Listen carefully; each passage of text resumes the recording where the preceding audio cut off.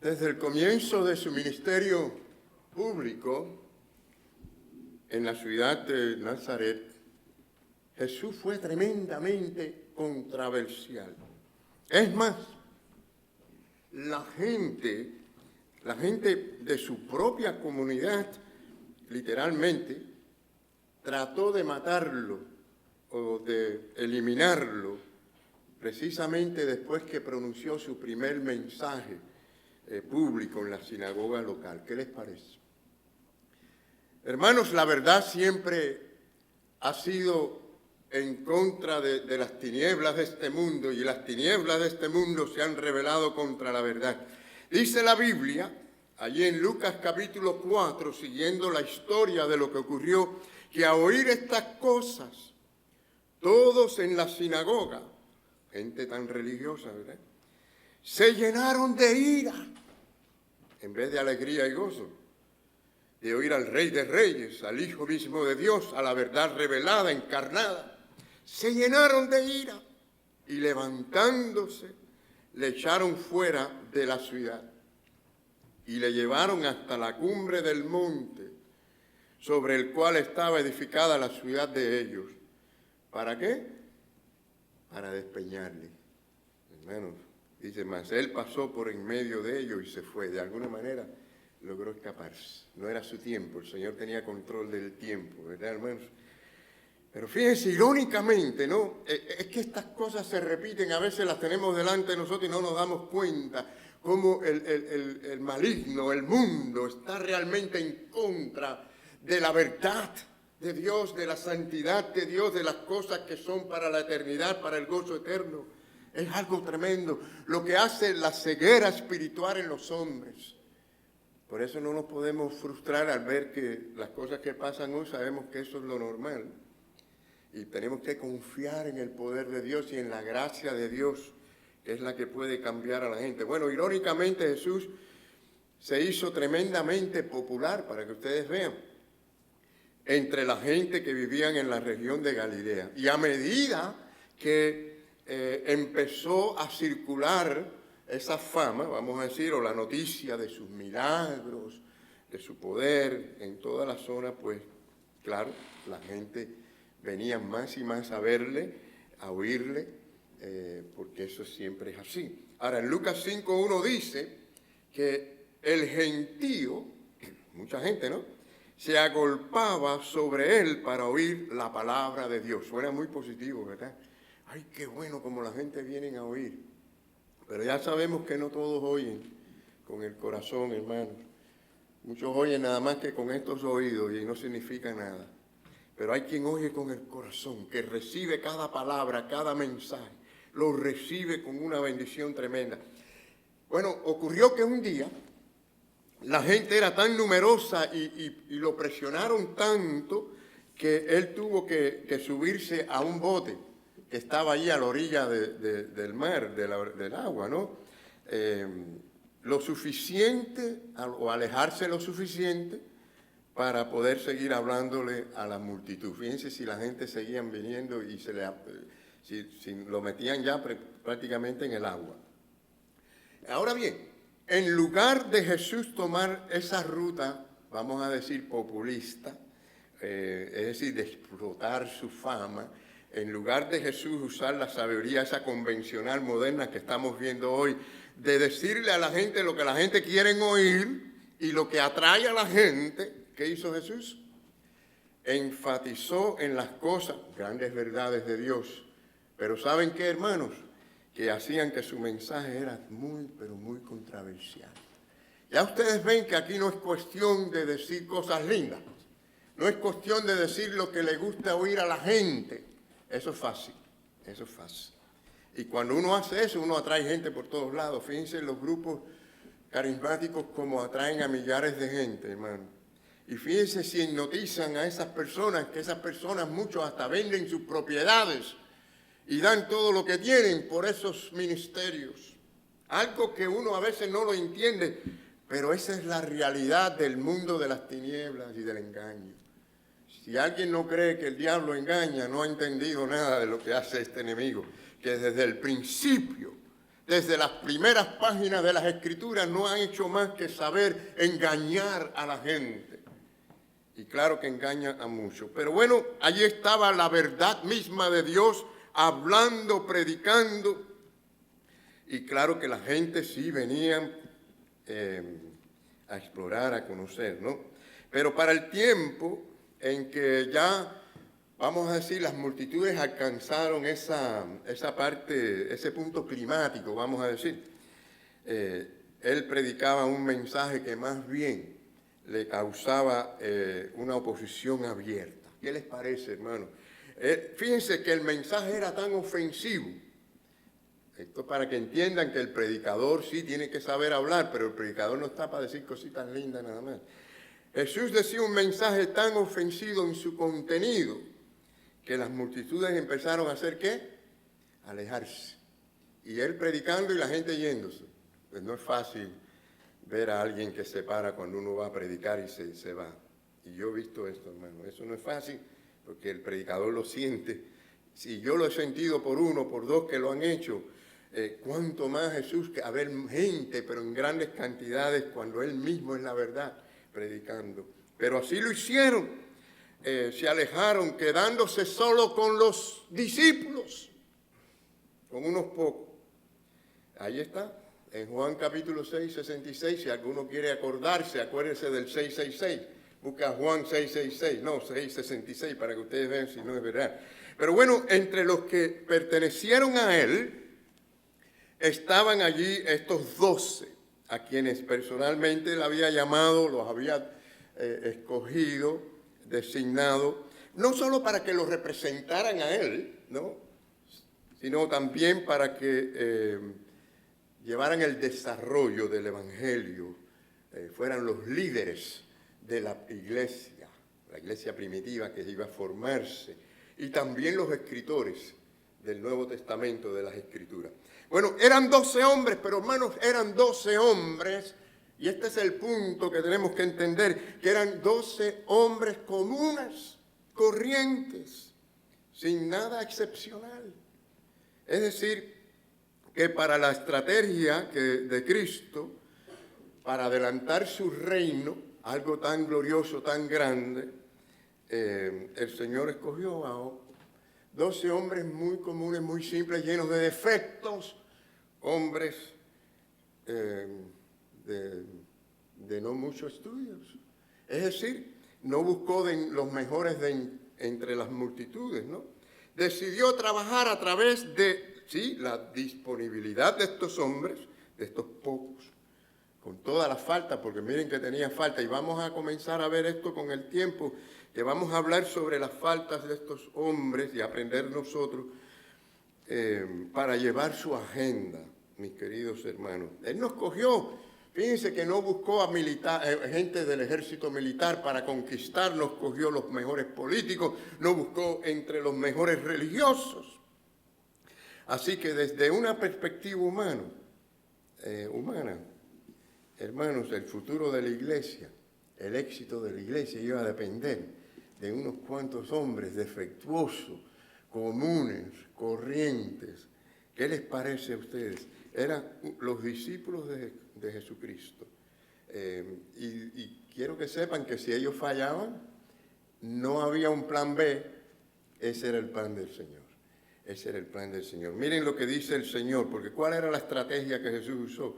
Escogió a estos hombres para su reino. Dice el versículo, dice Lucas, ¿no? Dice en Lucas 17, dice, el reino de Dios no vendrá con advertencia, ni dirán, helo aquí, helo allá, porque he aquí el reino de Dios está entre vosotros, entre hombres pecadores, hombres comunes.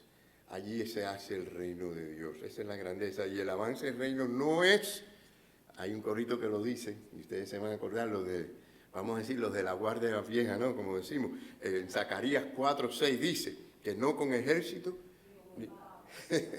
dice no con ejército ni con fuerza, pero bueno, el corito dice no con ejército ni con espada, ¿no? ¿Recuerdan ese coro?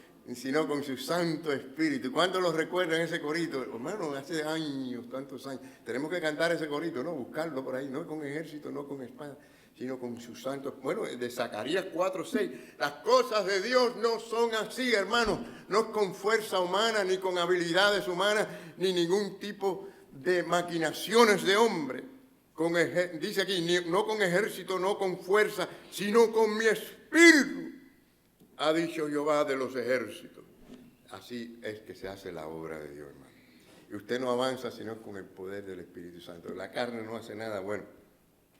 Así que una docena de hombres bajo el poder del Espíritu Santo son, hermanos, son una fuerza más poderosa que las mansedumbres, con todo ese entusiasmo que a veces la gente coge, ¿no? Porque hay veces que hay un entusiasmo eso inicial que parece un dinamita, pero que no es más que curiosidad, eso se apaga enseguida. Es como esa que se ven en los días del 31, días primero, que la gente tira los fuegos artificiales. Hay unos que son unos palitos que usted lo enciende en una chispa tremenda y aquello se va apagando poquito a poco, se va apagando poquito a poco, se apagó.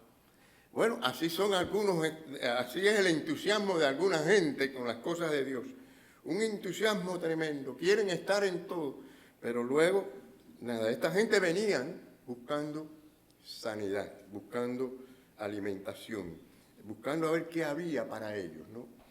Y si hay un error que puede cometer una persona es venir a la iglesia, al templo, a ver qué hay para ellos, nada. Sí, claro que uno viene a buscar la palabra de Dios, hay un alimento espiritual, pero más bien es la actitud de decir, bueno, Señor, vengo a entregarte mis pecados en arrepentimiento, vengo a entregarte mi corazón para que tú lo cambies, para que tú lo tomes. Vengo a servirte, Señor, a darte. Ese espíritu es muy diferente al que viene a ver qué es lo que hay aquí para mí, si sea una terapia psicológica o sea lo que sea.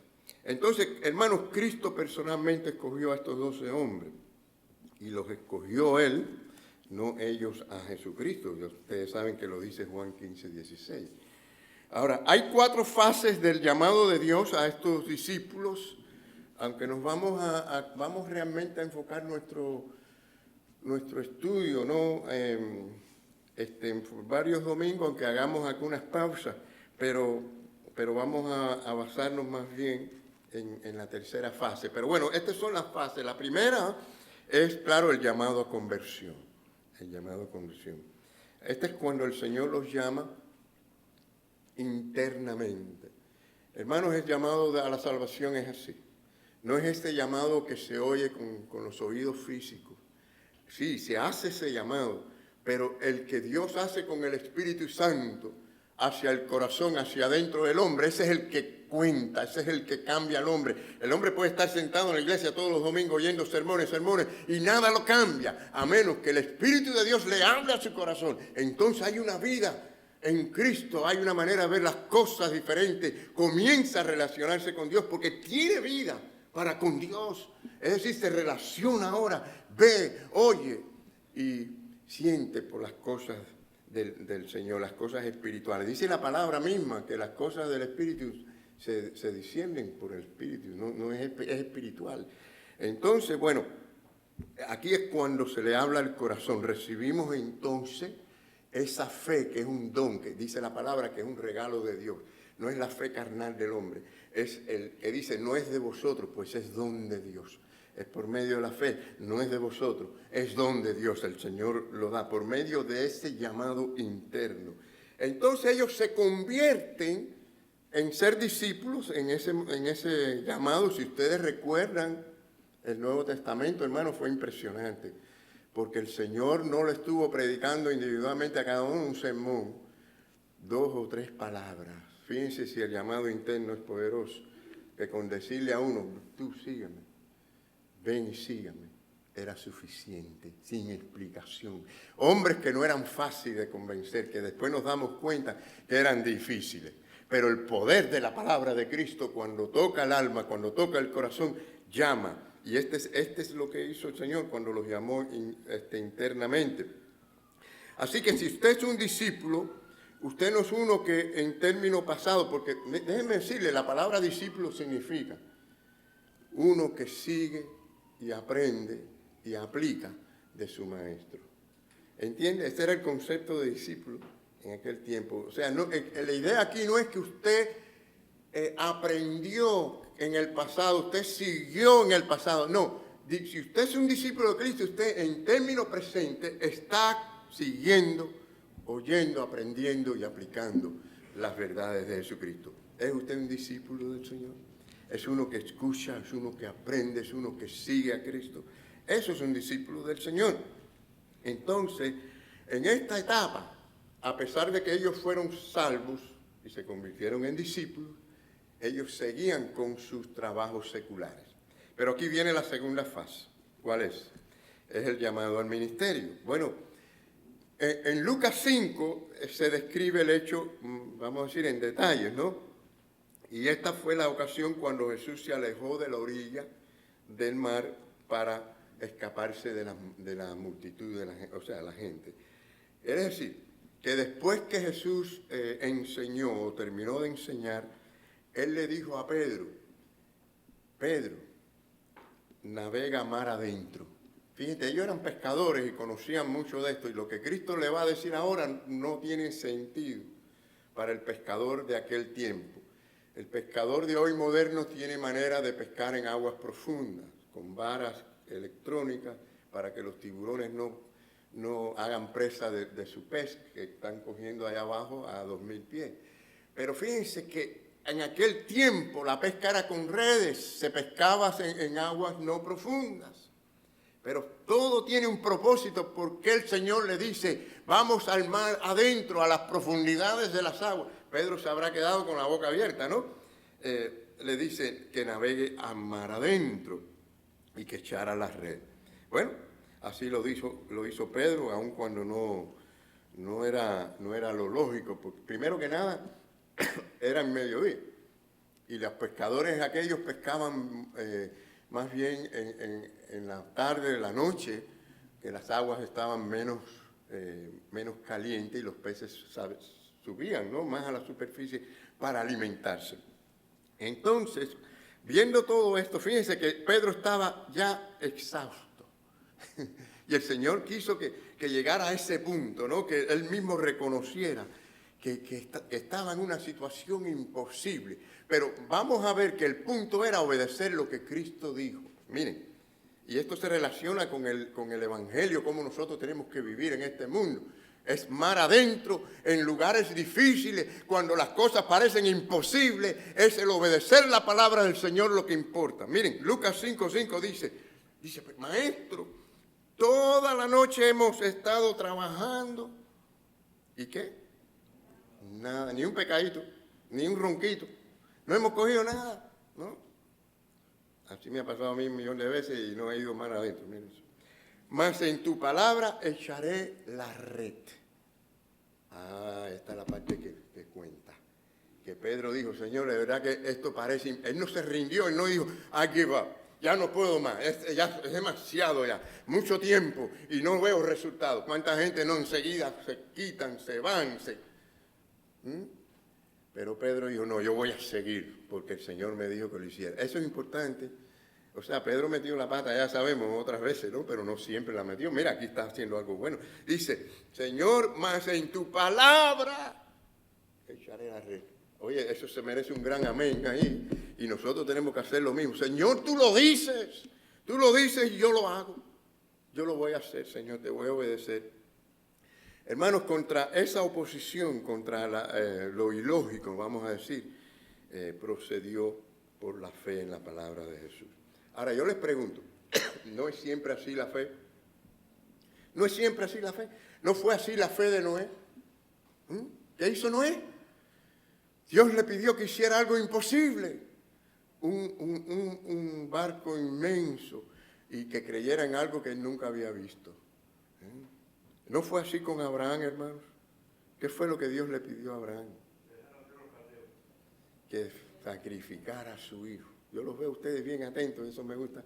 Déjeme decirle que algo que como padre uno no se puede imaginar, sacrificar a un hijo, un altar. Eso es algo grande.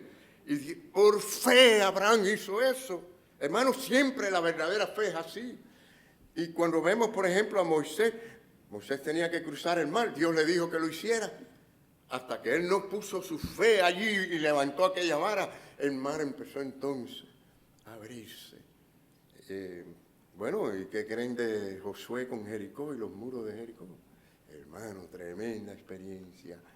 Pero ¿saben qué? A veces hay que pasar primero por un tiempo de prueba. Ellos, antes de llegar a Jericó, tuvieron que pasar mucho, por un desierto, por tantas pruebas.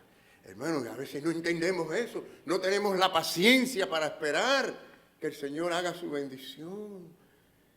Bueno, los discípulos, es decir, los verdaderos hijos de Dios, cuando digo discípulos me refiero no a cualquiera que diga yo creo, los verdaderos hijos de Dios, los del reino, los nacidos de nuevo, los seguidores de Cristo. Estos son gente, ¿de qué? De fe. Son gente de fe en la palabra de Dios. Dios lo dice, yo lo creo, yo lo acciono. Así que volviendo a los discípulos, el resultado fue, ¿saben cuál fue el resultado después de esto? Cuando Pedro dijo, Señor, ya estoy agotado, ya no puedo más, pero tú lo dices, yo sigo tirando la red. ¿Saben cuál fue el resultado? Que no, oigan hermanos, dice la historia que rompían, los peces rompían la red. Y prácticamente o casi se hundían 2 barcas que ellos tenían de tantos peces. ¿Qué les parece? ¿Qué les parece? Pero hubo que pasar por una noche entera de agotamiento y de trabajo y de confianza y fe en lo que el Señor había dicho. A veces tenemos que pasar por ese tiempo. Entonces, miren, ¿por qué le cuento todo esto? Porque es aquí, en este contexto, que Él los llama a ellos al ministerio. Es decir, ahora es cuando Él les dice, ustedes vieron qué tuvieron que hacer para pescar. Ahora yo los llamo y les digo, venir en pos de mí, ¿os haré qué? Pescadores de hombres. Ahora entendemos la conexión. Mar adentro, en tiempos difíciles, en lo imposible, en el soportar, pero en seguir mi palabra, habrán resultados. Y lo que les digo fue lo mismo, lo estoy llamando al ministerio, pero van a pasar pruebas, van a haber dificultades, tendrán que ir a lugares muy difíciles, estar en situaciones difíciles, imposibles, agotados, casi desmayados, pero van a confiar en mi palabra y van a ver el resultado. Y esa es la fe del cristiano, hermano. Esto no es cuestión de cosas superficiales, esto es la verdad. Y tenemos que serle fiel al Señor. Pero miren, el Señor les enseñó primero de esta manera para después llamarlo. ¿Verdad? Qué maravilloso el Señor como hace las cosas tan perfectas, ¿verdad? Y las Escrituras dice que fue en este punto que, dejándolo todo, le siguieron. Ahí fue donde dejaron ya la parte de su trabajo secular para seguir a Cristo todo el tiempo, ¿no? Por ejemplo, según en el Evangelio de Mateo, que llamó a Andrés y a Pedro, ¿no? Y dice que dejando al instante las redes, le siguieron. Seguidamente a este llamado llamó a Jacobo y a Juan, y dice que dejando al instante la barca y a su padre, porque tenía, parece, el negocio de la pesca, dice, y le siguieron. Entonces, hermano, desde este punto en adelante, ya fueron inseparables con el Señor en el ministerio. Ahora viene una tercera fase del llamado, que es esta parte es el llamado al apostolado.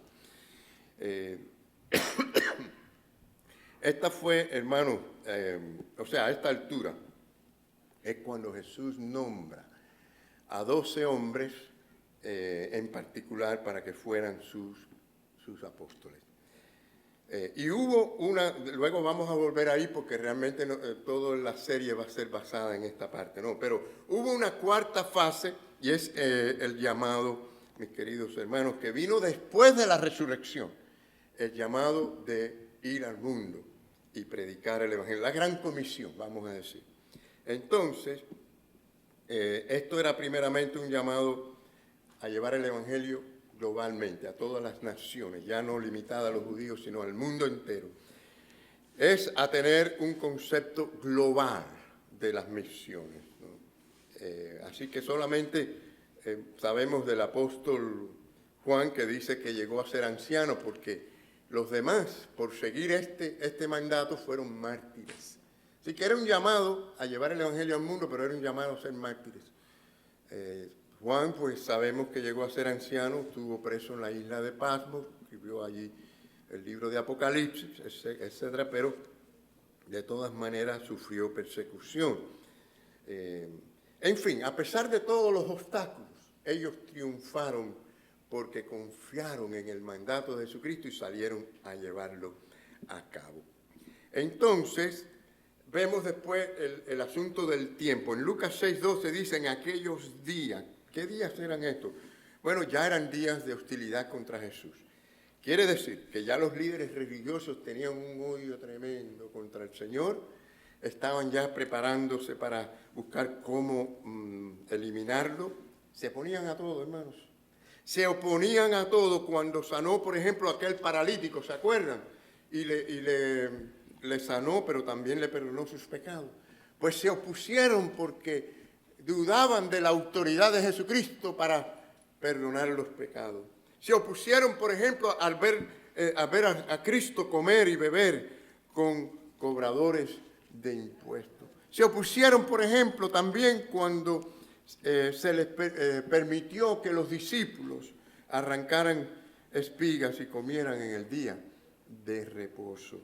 Y también se opusieron cuando sanó a aquel hombre con la mano seca, también en un día de reposo. Fíjense, todas oposiciones tras oposiciones, había un odio contra Jesús tremendo, llegó a su punto culminante y ya era tiempo de escoger a los 12 apóstoles para que llevaran a cabo esa obra. O sea, hay otra cruda realidad en todo esto y que debió haber ofendido mucho a los religiosos de aquellos días. Es decir, Jesús no escogió para ser los escogió no solo para ser sus representantes, sino para llevar el Evangelio al mundo. Pero una cosa interesante es que Él no escogió, si lo analizamos, fíjense que Él no escogió a los oficiales importantes de aquellos días, no escogió un rabí, no escogió a un fariseo, no escogió a un saduceo, esas cosas les molestaba a ellos, ¿sabes? No escogió ni a un sacerdote. ¿A quién escogió Jesús? Volvemos al punto importante, a hombres comunes como ustedes, como yo, hombres que necesitaban ser transformados, hombres con faltas. ¿Qué les parece, hermanos? ¿Qué les parece? En cambio, estos hombres fueron los que transformaron después al mundo, no por el poder de ellos, sino por el poder de Dios. Aquí vienen los 12. Déjenme decirles, es una lástima que a menudo los ponen a ellos en pedestales como si fueran, o sea, figuras magníficas de mármol, ¿no? Los ponen con un halo luminoso, los pintan de esa manera como dioses de la antigua Roma. Pero en realidad, hermano, y eso lo deshumaniza, porque realmente eran hombres comunes, como nosotros también, corrientes, humanos, y debemos de reconocerlo. De hecho, en Mateo 5:48 dice Jesús, sed pues vosotros perfectos como vuestro Padre que está en los cielos es perfecto. ¿Quién puede cumplir esto al pie de la letra? Es decir, ellos no lo cumplieron. Los apóstoles escogidos no pudieron. O sea, francamente nadie puede cumplir. En este sentido, nadie califica para la norma de perfección. Nadie está capacitado para estar en el reino de Dios inherentemente. Nadie es digno. ¿Por qué? Porque dice Romanos 3:23 que todos hemos pecado, todos estamos destituidos de la gloria de Dios. Dice Romanos 3:10, no hay justo ni a uno, no hay ni siquiera uno. Miren, recuerden este pasaje en Romanos 7:18, que ya Pablo con una madurez espiritual, miren lo que él dijo. Yo sé que en mí, esto es en mi carne, no mora el bien. ¿Qué les parece? El gran apóstol Pablo. O sea, que la perfección no existe en nosotros. Sí, es nuestra meta, ser más como Cristo, pero quiero decir, no nos escoge Dios, no nos pone donde nos pone por las cualificaciones o por lo bueno que seamos. De modo que no hay nadie intrínsecamente calificado, o sea, que Dios mismo es el que debe salvar a los pecadores y es el que nos transforma y es el que nos coloca y es el que nos pone. Entonces, porque somos pecadores necesitamos esa ayuda de Dios. Como Elías, que Elías, siendo un gran profeta, miren, dice las Escrituras en Santiago 5:16 que estaba sujeto a pasiones semejantes a las nuestras. Hermanos,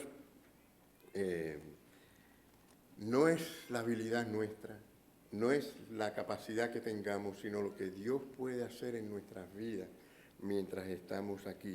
Sí que nuestra tendencia a veces es pensar que no valemos nada, o cuando fracasamos, o cuando pecamos, o desobedecemos. Pensamos que ya no somos útiles, o que no servimos para Dios. Y créanme, el diablo, que es el gran engañador, es un experto en hacerle creer a la gente que ya ellos no pueden tener nada en la obra del Señor. Él es un gran engañador en muchas áreas, engaña a los cristianos en cualquier cosa, pero también en cuanto a esto. Y la realidad es que tenemos que tener en mente que es Dios quien nos llama, Dios es quien nos escoge, Dios es el que nos pone, y dice que el que comienza la obra en nosotros, la terminará, que es Él. Por lo tanto, nuestra fe, nuestra confianza, hermanos, tiene que ser y estar en el Señor. Nuestro Dios, que nos va a guiar a poder seguir adelante, a poder triunfar, a poder obedecer al Señor en medio de las pruebas, las dificultades. Y así como es que aquellos hombres, poquitos, el Señor no necesita mucha gente, mucha gente. Miren, nuestra iglesia está pasando por un proceso ahora de volver a levantarse. Y yo estoy con toda la fe y la confianza que esto va a suceder de nuevo. Hemos tenido en los últimos años una cantidad de personas mayores que ya están en el cielo. Y esto son realidades. Y además, la otra parte que estamos viendo en todas las iglesias hispanas nuestras, cómo se está reduciendo la membresía, y es porque entendemos que la juventud en su gran mayoría están yendo a iglesias de habla inglesa. Pero independiente a eso, hay una gran cantidad de gente que necesitan a Cristo en esta zona. Y hermanos, tenemos un llamado a venir, pero a veces llamamos a la gente a la visitación y no vienen. Tenemos que tener ese compromiso todos. Y estamos haciendo esto todos los sábados, para que lo sepan. Estamos saliendo todos los sábados para tocar puertas, para visitar, para alcanzar. Tenemos que hacer la obra del Señor aquí donde el Señor nos ha puesto. Y yo estoy seguro que pronto vamos a empezar a ver la diferencia. El Señor, ¿saben por qué? Porque la iglesia, ¿de quién es? Hermanos, ¿de quién es la iglesia? Es de Cristo. Y lo que tenemos que hacer nosotros, serle fiel al Señor, seguir ahí siéndole fiel al Señor. Y preocuparnos también por los hermanos. Hay a veces que alguien me pregunta, hermano, ¿y qué pasó con fulano? Pero cuando yo le pregunto, ¿cuándo fue la última vez que usted habló con fulano? Hace quizás 6 meses y no está enterado. Bueno, ¿por qué no nos preocupamos? Esta obra no puede ser de una sola persona, es de todos nosotros. Tenemos que preocuparnos unos por otros y hacer la obra de Cristo. Hermanos, fíjense que fueron hombres no especiales, claro, reconocemos el lugar que ellos tuvieron, no le quitamos ese mérito. Es más, si leemos Apocalipsis, hay una parte en Apocalipsis que dice que en la ciudad, la Nueva Jerusalén, están sus 12 nombres de los apóstoles. Es decir, ellos tienen un lugar especial, no dudamos de eso, ¿verdad? Se merecen estar allí entre los héroes de la iglesia, hermano. Pero sí sabemos que eran hombres comunes con sus faltas. Nosotros las tenemos también, y el Señor nos puede usar a nosotros si nos ponemos en sus manos. ¿Cuántos queremos esto? ¿Podemos decir amén, hermanos? Amén, amén. Oremos por la iglesia Renacer, pero cuando tengamos que estar aquí, y un llamado a los diáconos, que algunos no están viniendo a las reuniones de diáconos, y estamos saliendo a hacer visitación. Fíjense, esto es una oportunidad perfecta para que los diáconos se unan también al pastor a hacer la obra misionera que tenemos que hacer. Hermanos, un llamado del Señor a venir, a servir, a hacer nuestra obra, nuestra parte, la parte que nos corresponde. Que el Señor les bendiga a todos, hermanos.